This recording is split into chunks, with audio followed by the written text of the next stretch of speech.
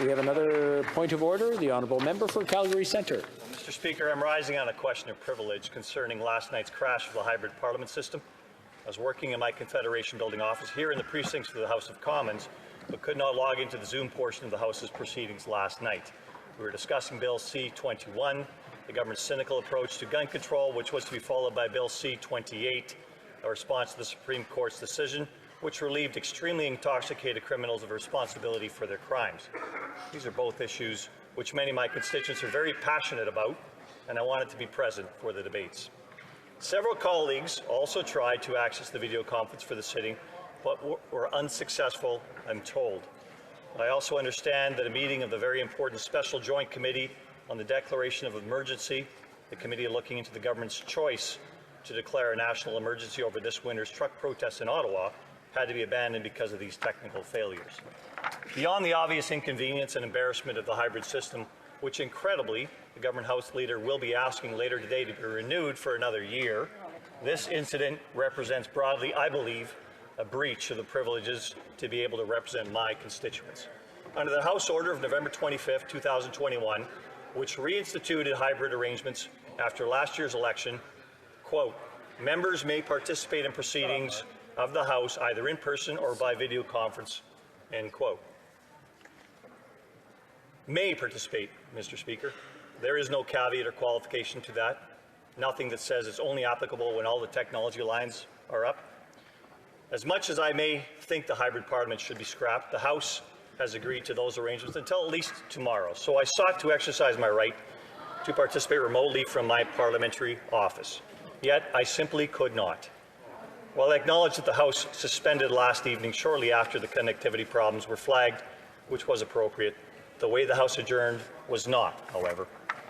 According to the records of the House, the sitting resumed at 8:54 last evening when the Parliamentary Secretary to the Government House Leader then sought unanimous consent for the House to adjourn. The Chair then canvassed the House in the usual manner and found there was agreement for the motion. Since I was trying to attend remotely, and where the technical arrangement prevented me from doing so, I was unable to present for that vote. That, too, is a breach of my privileges, Mr. Speaker. I have since come to understand that there has been a consensus of party representatives to reconvene the House for the purpose of adjourning when it became obvious that the technical issues could not be resolved prior to midnight. That said, I understand that my House Leader's office had been assured by the Government House Leader's office that a Minister of the Crown would be proposing the adjournment of the House. That is a critical point in these circumstances.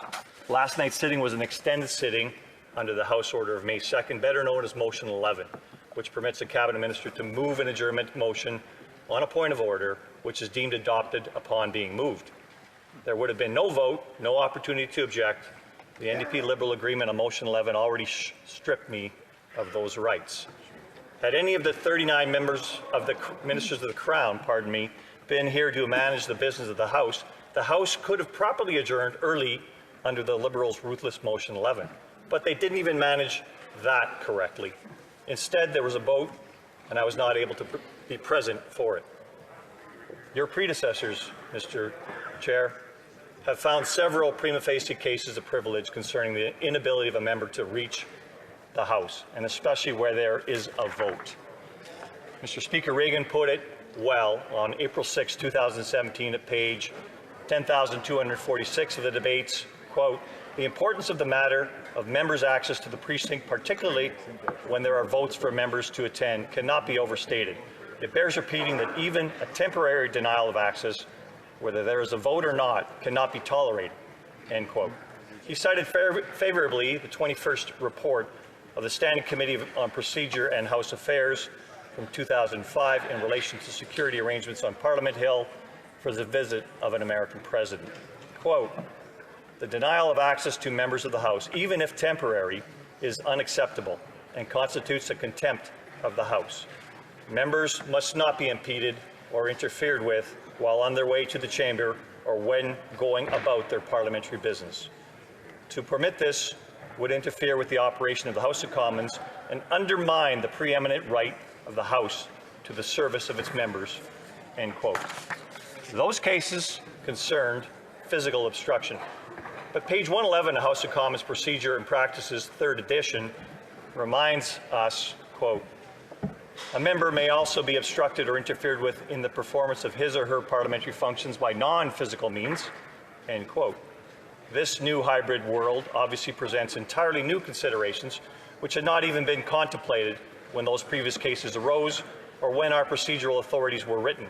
But O'Brien and Bosk answer at page 112, quote, "It is impossible to codify all incidents which might be interpreters as matters of objection or interference," end quote. That said, Mr. Speaker, I know that you yourself have been seized with considering just how privilege intersects with the virtual component of our proceedings from the very beginning. When the Procedure and House Affairs Committee first began studying these issues in the earliest weeks of the pandemic, you testified on April 21st, 2020, saying at page 5 of the evidence, quote, "By not having the connectivity or by having any issues, that could be an issue down the road," end quote. Later, you added at page 10, with particular relevance to my situation last night, quote, "Allowing individuals to vote is the heart of our system and it's the base of parliamentary privilege," end quote. You reinforced this point, Mr. Speaker, in your July 6, 2020 appearance before the same committee, commenting at page 6 of the evidence, quote, "It is a member's privilege to vote, and we don't want the member to lose that privilege or not be able to access it," end quote. But the issue goes much deeper than just attending votes. I could not attend any of the virtual sitting. Your predecessor, Peter Milliken, bluntly made the point about connection failures to the Procedure and House Affairs Committee on April 23, 2020 at page 19 of the evidence. And quote, "It would be a matter of privilege if they couldn't get into it." Taking the evidence the committee heard in the spring and summer of 2020, it presented two reports which helped form the structure of the hybrid system which has evolved here. Its views on these issues are equally clear.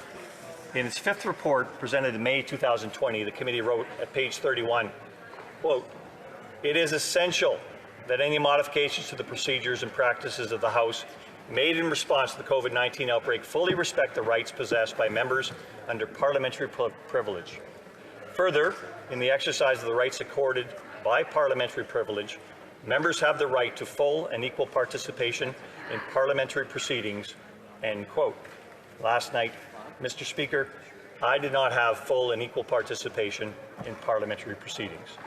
In its seventh report, presented in July 2020, the committee recommended at page 55, quote, "that the virtual or hybrid parliament replicate the rules and customs of the House as closely as possible in order to fully ensure the democratic vote of Parliament, deliberation, accountability and decision-making, as well as the parliamentary rights and privileges of members," end quote.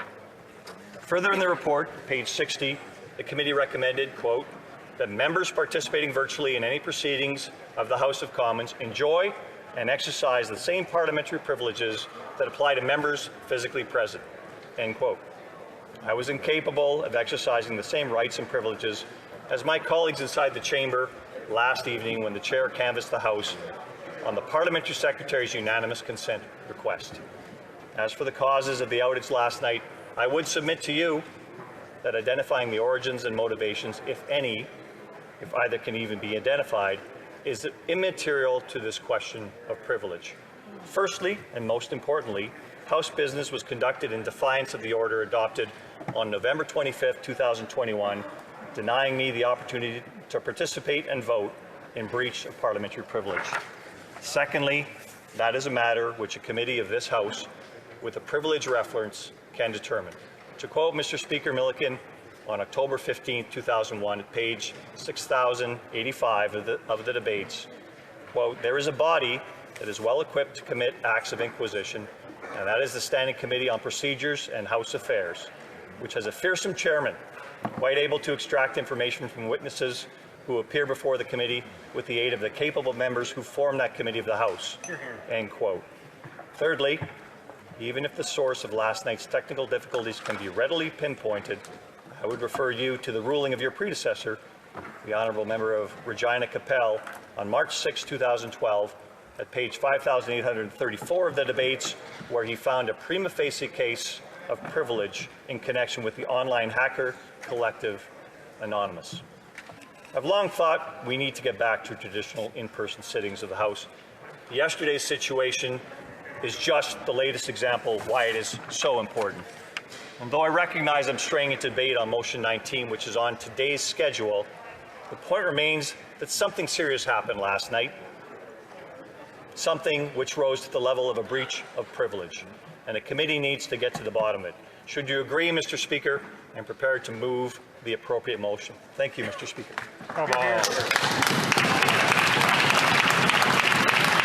I want to thank the honourable member, and the honourable government House Leader is rising on this point as well. Well, thank you, Mr. Speaker. Obviously, an internet connectivity issue with an external service provider does not constitute question of privilege because it's outside the control of the House. House took appropriate action to restart it. Of course, these provisions have worked 99.9% of the time. I appreciate that the member who was in his office 100 or 200 meters away was impacted by this. All members were. But there are various things that are outside of our control that sometimes interrupt our proceedings. We're back here today. It continues to work. It has at 99.9% of the time. Mr. Speaker, I'd say that that's very effective. Okay, the honourable opposition House Leader is rising. Thank you, Mr. Speaker. The issue, I think the honourable member from Calgary Centre expressed the issue, and that is that in the context of his participation in this House, that his participation was not able to occur.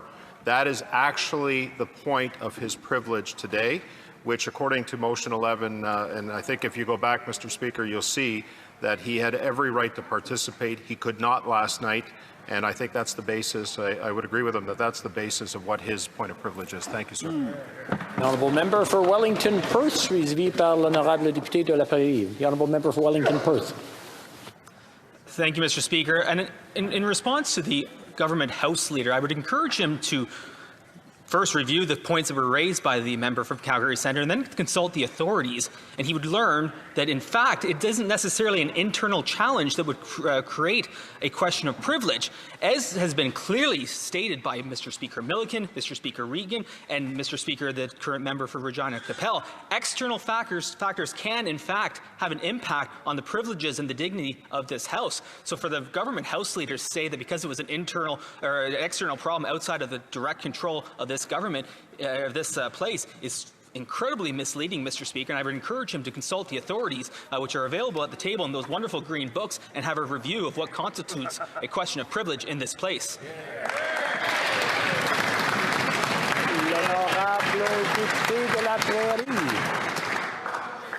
Merci, Monsieur le Président. Écoutez, sur la question de privilège, suite aux événements troublants d'hier soir, le Bloc québécois aimerait se réserver un droit de réplique ultérieurement parce qu'on trouve que la question est vraiment importante et on aimerait justement apporter une réflexion à ce sujet-là, mais ultérieurement. Merci.